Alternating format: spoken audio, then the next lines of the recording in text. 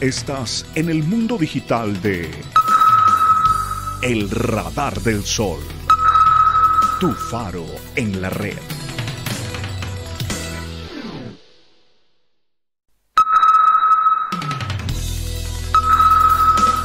Estás en el mundo digital de El Radar del Sol, tu faro en la red. Hola, bienvenidos nuevamente a El Radar del Sol. Vamos a hablar sobre la guerra de Israel y Palestina y ahora con el nuevo actor que aparece en este escenario internacional que es Irán. Y lo vamos a hacer con nuestro invitado especial que es el analista internacional, el doctor Carlos Santamaría. Doctor Carlos, pues bienvenido. Vamos en primera instancia a conocer aspectos relacionados con el origen de este conflicto y posteriormente hablaremos sobre las implicaciones que este tema tiene en los días que estamos viviendo. Muy bien, Felipe Andrés, y quiero felicitarlo a usted porque hoy día hay que mantener el tema de Palestina y no olvidarlo. Es el tema más importante en el mundo porque se trata de la eliminación, el exterminio de una nación. Y eso no puede pasar sin ser percibido por la humanidad. Es muy breve y muy claro y realmente nos afecta. El año 1948 en las Naciones Unidas quedó contemplado que todo lo que era Palestina se dividía en dos y se creaba el Estado de Palestina y el Estado de Israel. Pues bien, las Naciones Unidas, que está dirigida por el régimen estadounidense, decidió que solo se crearía el Estado de Israel. Y entonces vinieron grupos paramilitares occidentales, todos los judíos que llegaron allí, y expulsaron a los palestinos. Y año tras año, hasta el día de hoy, en 75 años, se han tomado prácticamente casi el 80% de Palestina. O sea, hoy Palestina no existe. Todo ese territorio está ocupado por lo que se llama el régimen sionista. ¿Qué es el sionismo? El sionismo es el nazismo aplicado en el Medio Oriente, así como el nazismo fue aplicado en Europa. De allí proviene este conflicto. Irán, que tuvo una revolución el año 1979, tuvo como enemigos directos, encubiertos, a Estados Unidos y a Israel. Por eso Irán hoy día está allí defendiendo el pueblo palestino y defendiendo la equidad, que es lo más importante, el derecho de los pueblos a existir. Doctor Carlos Santamaría, Palestina con Israel en esa guerra que se está viviendo, pues hay países extranjeros que los están apoyando. ¿Cómo entender las dinámicas de los países que están pues en apoyo con Israel y los países que están en apoyo con Palestina? Y luego hablaremos de la intervención o de ese conflicto nuevo con Irán. ¿Cómo entender entonces la posición de los países que están a favor de Israel y de Palestina? El mundo hoy día está dividido en dos bloques. Un primer bloque es el bloque llamado hegemón, que es Estados Unidos con Israel, que son lo mismo, y Europa, que son realmente los siervos de Estados Unidos. Porque con esa guerra de Ucrania se destruyó la economía en Europa. Y en vez de comprar gas barato para su pueblo, petróleo barato, seguir como estaban, hoy día en 2 años están destruidos. Entonces, ese es un bloque. El otro bloque son las naciones alternativas, que son las que quieren realmente trabajar de otra manera. Es lo que se llama el nuevo mundo, un mundo donde haya equicracia. ¿Quiénes están allí?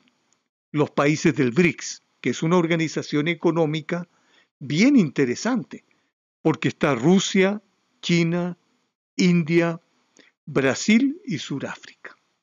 O sea, países soberanos que no son potencias y países soberanos que son potencias. O sea, se está uniendo todo el mundo a ese bloque. Entonces, en este momento ya sabemos que quienes apoyan realmente a Israel son un solo país que tiene a otros sometidos. Sin embargo, ocurrió prácticamente una votación ayer donde se dijo el Estado palestino tiene que nacer. En el Consejo de Seguridad, que son 5 países con veto y 10 países que apoyan al Consejo, 12 naciones dijeron queremos el Estado palestino. 2 naciones, Suiza y Gran Bretaña, se abstienen. Y Estados Unidos dice no queremos Estado palestino. Allí ya se desenmascara toda la realidad. Estados Unidos apoya a Israel que siga el genocidio en Gaza y que siga amenazando a las naciones como Irán. ¿Qué ha ocurrido? Irán ha sufrido durante prácticamente 4 décadas ataques israelíes, todos producto del terrorismo. Nunca habían atacado directamente. Sin embargo, ocurre un hecho bien interesante para la gente que nos escucha. Es que hoy día en Israel, Netanyahu, que es el jefe de ese gobierno, el primer ministro, está en una situación difícil. Si acaba la guerra, él va a ir a la cárcel, va a ir preso. Y hay gente allí que lo apoya para que siga la guerra. Esta gente atacó a Irán, y destruyó hace prácticamente 15 días, el 1 de abril, un consulado y asesinó a 13 personas, entre ellas 2 generales. No se puede atacar los consulados, no se puede atacar las embajadas. Nunca había prácticamente ocurrido y ahora Israel se da el lujo de atacar a Irán. Ellos, que han asesinado científicos, civiles iraníes. Entonces ya tenemos muy claro todo el panorama. Israel está absolutamente solo. Hay algunas naciones que lo apoyan. Sin embargo, me adelanto a lo que puede preguntar usted. En una guerra entre Irán e Israel, apoyar a Irán van a ser muy, pero muy pocas las naciones del Asia Occidental, como Egipto, como Jordania, como los reinos del Golfo Pérsico, Irak o Siria. Creo que nadie va a apoyar a Israel porque meterse en una guerra para defender una ocupación no lo van a hacer. Muy interesante ese tema que ya lo desarrollaremos más adelante. Pero, ¿cuál es el interés de Estados Unidos en ese papel de estar apoyando constantemente a Israel, después de lo que usted nos comenta, que se quita el velo en estos días? Estados Unidos va en descenso. En un descenso económico, político, social, incluso mediático. Ya mucha gente no le cree a los medios masivos de desinformación.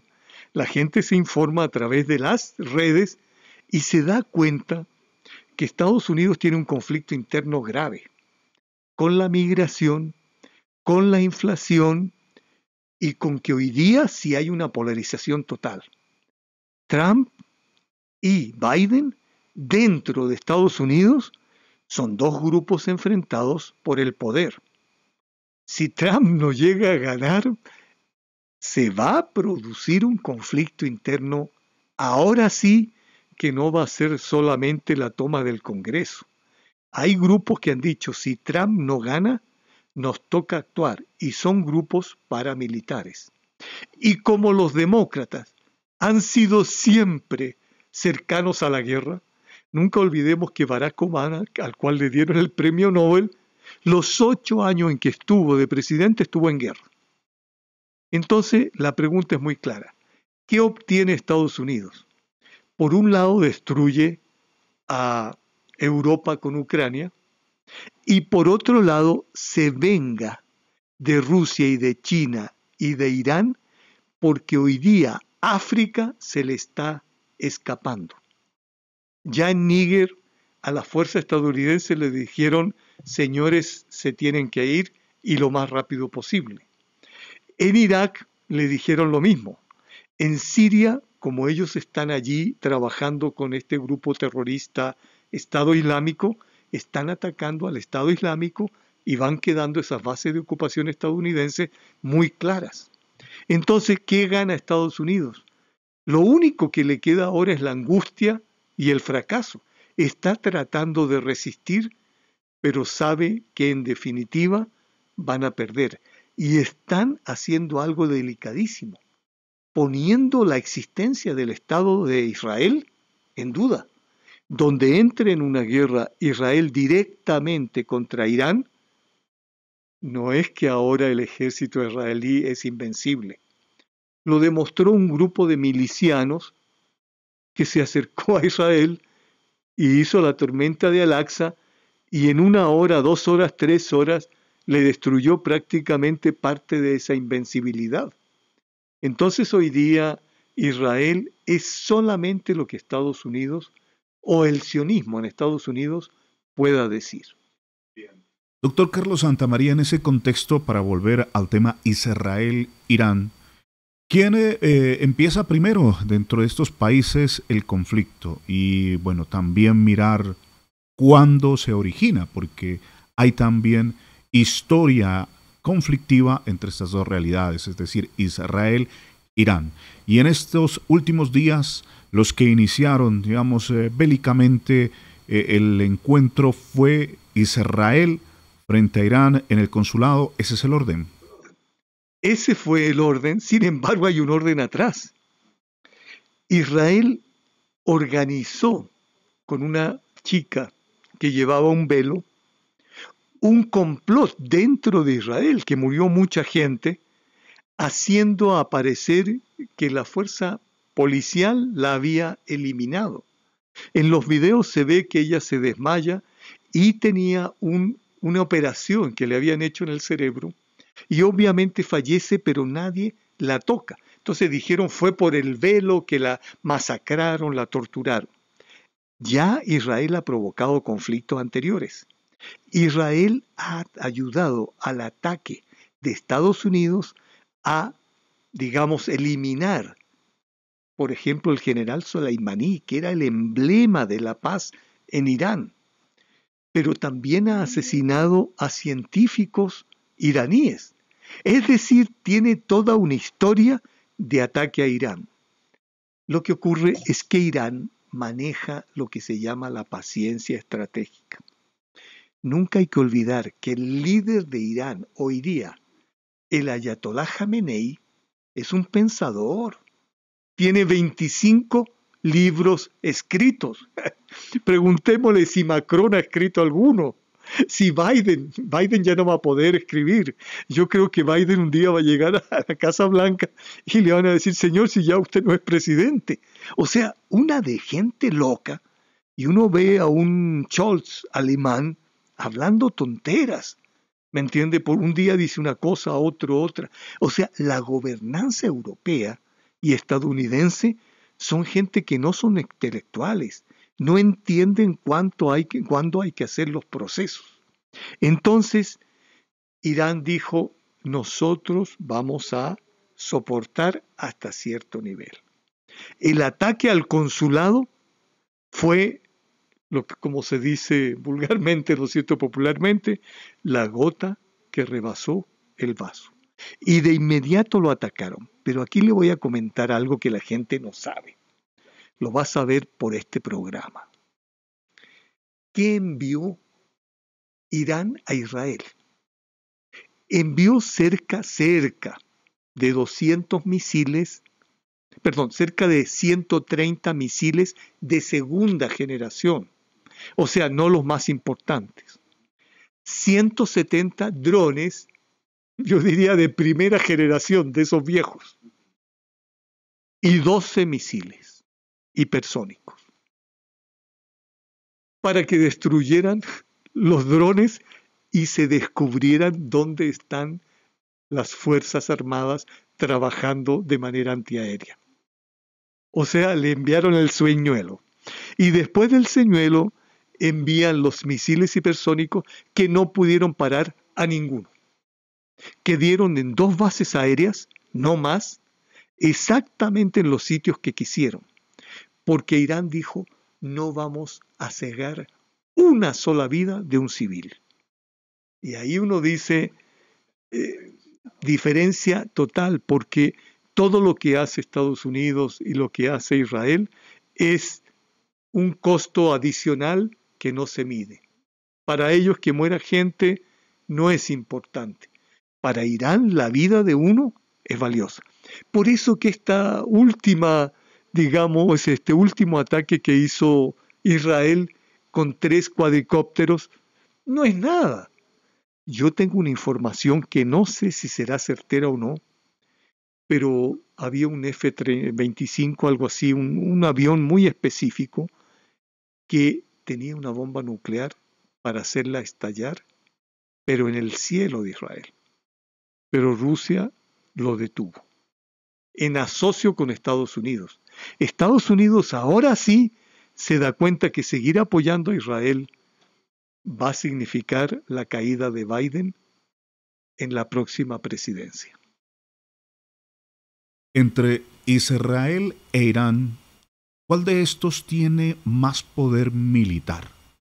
Desde lo que uno puede entrever, leer en el conocimiento militar de estos países, se supondría que Irán.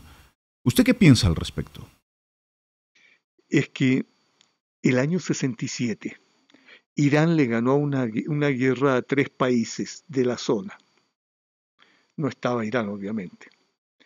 Y con eso se creó el mito de que eran los mejores del mundo. La tormenta de Al-Aqsa, ahora en octubre, el 7 de octubre, demostró que no era nada. Imagínense, es como que un grupo guerrillero llega hoy día y se mete en el Palacio de Nariño. ¿Cómo pueden hacerlo? Quiere decir que no existe ninguna, ¿me entiende? Ningún control, no existe inteligencia. Se les metieron allí y les llevaron, ¿no es cierto?, rehenes. ¿Cómo hace uno eso sin que otro no se dé cuenta? Yo entro al Palacio de Nariño, pesco, ¿no es cierto?, 50 congresistas y me los llevo y los puedo llevar al Urabá, por decir algo. Y nadie se da cuenta y no pueden hacer nada. Entonces uno empieza a decir, ese ejército que se creía invencible, hoy día se sabe que no es invencible. Lo que sí tiene son 400 como mínimo ojivas nucleares. Pero lanzar una ojiva nuclear a Irán le significaría la destrucción total de Israel. La destrucción total. Por eso ese ataque que hicieron un poco extraño, donde atacaron una base en Irak donde parece que había presencia iraní, es como para decir, ya respondimos, pero no queremos escalar el conflicto. Los medios, usted vio que los medios aparecen, ataque de Israel a Irán, y uno dice, hijo de puche, que aquí se armó la Tercera Guerra Mundial. No. Claro. No, lo que ha iniciado, si es que no hay un ataque nuclear de Estados Unidos a Rusia, o de Rusia a Estados Unidos, que creo que ambos sí son un poco más racionales, lo que hay es la destrucción del hegemón. Estados Unidos va a perder poder, Europa se va a quebrar económicamente. Europa se hizo a costa de África, de Asia y de América, con sus colonias. Voy a darle un dato que le va a sorprender. De Malí, si no me equivoco, Francia sacaba cada año 50 toneladas de oro. Y ellos tienen ahora aproximadamente 2.350 toneladas. Y han estado en Malí 100 años. O sea, casi todo el oro se lo robaron a Malí. Entonces, ¿qué tiene Francia? Ya no tiene colonias, se le está yendo todo el mundo. Inglaterra se está quedando también sin colonias. Alemania se va quedando sin colonias. Entonces, ¿de qué van a vivir si ellos dependen hoy día, sobre todo, de la tecnología estadounidense o china o rusa? Porque nunca hay que olvidar que Rusia es una civilización y Irán es una civilización y China es una civilización, mientras que Estados Unidos y Europa son solamente 300 años creando su propio capitalismo. Teniendo en cuenta lo que se ha presentado en los últimos días entre Israel e Irán, ¿usted en perspectiva, en proyección, piensa que el conflicto se amplificará, escalará o se mitigará? Si hubiera gente inteligente, pensante, lo lógico es mitigación. Lo lógico. El problema es que Zelensky y Netanyahu tienen problemas mentales graves. No son gente normal. Zelensky de actor pasó a presidente y cree que él está representando una película y ha hecho que mueran más de 600.000 ucranianos, casi la mayoría jóvenes. La juventud ucraniana no quiere pelear allá. Todos los días vemos que la gente se arranca en Ucrania. Nadie quiere pelear porque pelear por la OTAN. Si la OTAN no es Ucrania, Estados Unidos no es Ucrania. Y en Israel está pasando lo mismo. La gente no quiere ir a pelear. Es falso que la gente quiera estar allá. Ya se han ido de Israel más de 1 millón de personas, de los cuales la mitad son colonos. La gente sabe que volver a los territorios ocupados ya no es factible, ya no es seguro. Entonces la pregunta es, ¿qué puede pasar? Netanyahu puede hacer una locura. Porque él le dijo a Estados Unidos, yo voy a hacer lo que yo crea conveniente. Y mientras no lo puedan derrocar o debilitar realmente dentro de Irán, el tipo puede hacer cualquier locura. Entonces, si no hay dos locos, por ejemplo como Zelensky en Ucrania, intentando destruir una central nuclear, o Netanyahu no utilizando una bomba nuclear, el camino de ellos va en descenso. Yo hice algunas predicciones sobre Ucrania y la primera que hice es, definitivamente Rusia se va a quedar con todas las zonas que eran rusas, donde la mayoría de la gente es rusa, tiene cultura rusa, habla el ruso y tiene familia en Rusia. Y así va a ser. Y Odessa es posible que sea uno de los capítulos finales de Ucrania, porque Ucrania va a tener que resignar en esa batalla. ¿Y quién perdió? Por sobre todo Europa. Estados Unidos no pierde económicamente. Lo que sí puede perder es la presidencia Biden por no pensar bien las cosas. Importantes aportes y posición, doctor Carlos Santamaría, sobre este tema internacional. Pero antes de pasar a un tema latinoamericano para hablar sobre lo que ha pasado en Ecuador, tema de líder en Argentina, quisiera que dé un aporte final sobre esta realidad que se está viviendo entre los israelíes y también pues este conflicto frente a Irán. Hay 3 lecciones. Primera, los persas, cuando dicen algo, lo cumplen. Dijeron, vamos a hacer una promesa verdadera que es responder a Israel. Lo hicieron. Segunda lección, el ejército de Israel no es invencible y ahora depende de Estados Unidos, de la ayuda de Estados Unidos o de la ayuda de Europa. Y tercero, el mundo camina hacia la multipolaridad. El mundo está caminando hacia la equidad, hacia que las monedas nacionales puedan entre ellas fortalecerse y que no sea el dólar. Ese es el futuro de nuestra humanidad si alguien no decide apretar ese botón nuclear. Van a haber muchas masacres desde el hegemón, como el caso de Gaza. Todas esas muertes van a significar que Israel va a quedar totalmente debilitado. Alguien decía, punto final, olvidemos. ¿Usted cree que alguien de alguna familia que le hayan destrozado a su hija?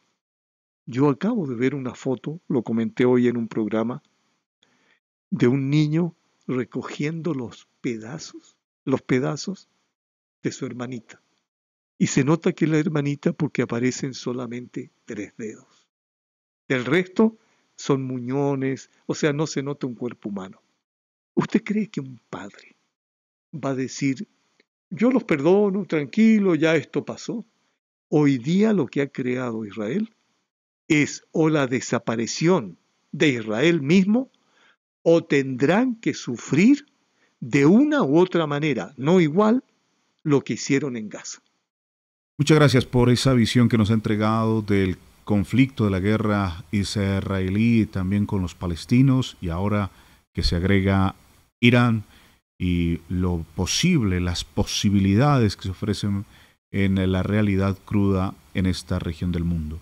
Pero ahora vamos a Latinoamérica. Aquí encontramos dos situaciones particulares que me gustaría escuchar su posición. Seguramente usted ha hablado al respecto ya. Una es la que se presentó en la Embajada de Ecuador y la otra, ¿qué le parece pues todo el liderazgo que está dando Milei y también las protestas que se han levantado en Argentina sobre este gobierno? Me entrevistaron muy rápidamente cuando pasó lo de Ecuador en algunos canales internacionales y incluso hasta creo que me cortaron en uno porque me dijeron, ¿y cuál es su posición? Muy sencilla, le dije. México corta las relaciones, sin embargo, el hecho que vaya a las organizaciones como la Corte Internacional de Justicia, la Corte Penal, la ONU, no tiene sentido si Jorge Glass no es devuelto a la embajada. Punto.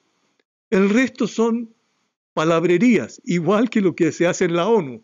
Condenamos, estamos preocupados, etc. Si no se resuelve como se debe resolver la situación, Ecuador logró, el presidente Noboa, no Ecuador, no su pueblo, logró lo que deseaba. Le sentó la mano a México y a todos le dijo, yo siento la mano cuando quiero. Punto. Entonces, en ese caso, uno sabe que hay una violación del derecho internacional, pero hoy día no existe el derecho internacional. No existe la comunidad internacional. ¿Cuál? ¿Cuál comunidad internacional? Uno les pregunta, ¿y qué es la comunidad internacional? Nunca dan respuesta, solamente emiten la frase.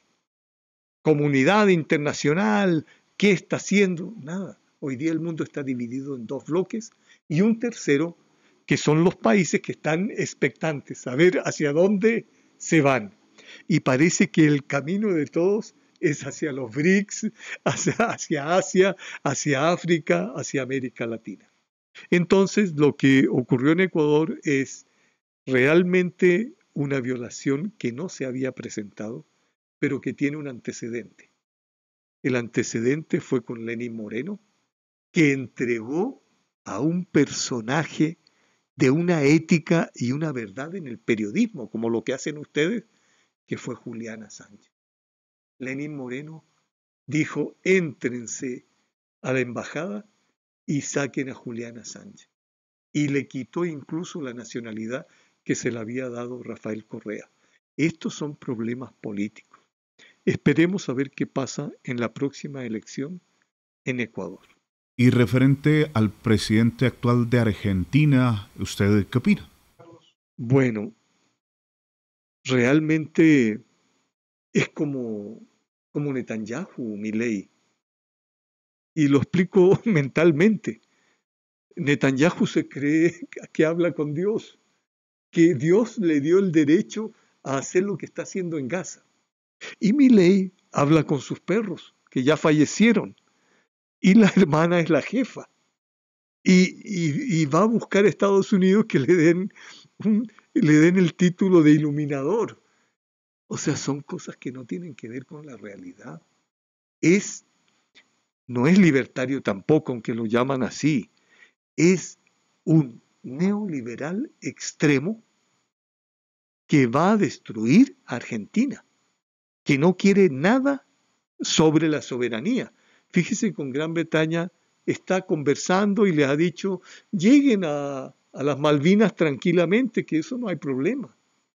Y ahora quiere entregar el sur de Argentina, si no me equivoco, una parte de la Patagonia, para que Estados Unidos tenga incluso bases allí.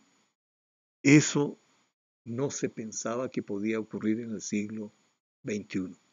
Entonces pienso que ambos van a, de alguna manera, sobre todo Milei, está destruyendo la base social, y la pregunta que uno se hace en Argentina es, ¿por qué la gente vota por castigo y no por conciencia? En Colombia ocurre también lo mismo. La gente no vota por conciencia, vota por castigar al otro en muchas, pero muchas elecciones. Y lo que necesitamos nosotros es toma de conciencia y comprender lo que va a pasar en nuestro país, como en Argentina y como en Ecuador. Doctor Carlos Santamaría, usted es muy amable, muy atento por estar aquí con nosotros en el Radar del Sol, darnos este panorama internacional que se vuelve muy interesante desde la descripción, desde las posiciones que usted manifiesta y permite una comprensión de lo que está sucediendo, en este caso en Israel, Palestina y ahora con Irán. De igual manera, ese contexto latinoamericano. Muchas gracias. A usted, Felipe Andrés, y a la gente que nos escuche, contáctense con Felipe Andrés. También tengo un libro que les comenté la vez anterior, gratuito. Yo ya me comprometí con Nariño a trabajar gratuitamente en todo lo que tenga que ver con su desarrollo social, con creación de banco de ideas, con proyectos, y hacer nosotros de Nariño, ojalá con esta propuesta del gobernador del oro, nosotros tener nuestro propio oro que sea la base económica también de este departamento, que no sea pobreza, miseria y contaminación, sino que sea riqueza. Entonces, gracias a usted y gracias a la gente que nos escucha y disemina este mensaje tan importante para el mundo. Doctor Carlos Santamaría, usted ha sido muy amable por su atención dispensada a El Radar del Sol. A ustedes, amigos, los esperamos en un próximo programa, en nuestras transmisiones en vivo. Suscríbanse a nuestro canal de YouTube. También síganos en las diferentes redes sociales. Escuchen nuestros podcasts en las diferentes plataformas de audio. Y de igual manera los invitamos a visitar nuestra página web, elradardelsol.com. Abrazos y bendiciones. Estás en el mundo digital de El Radar del Sol, tu faro en la red.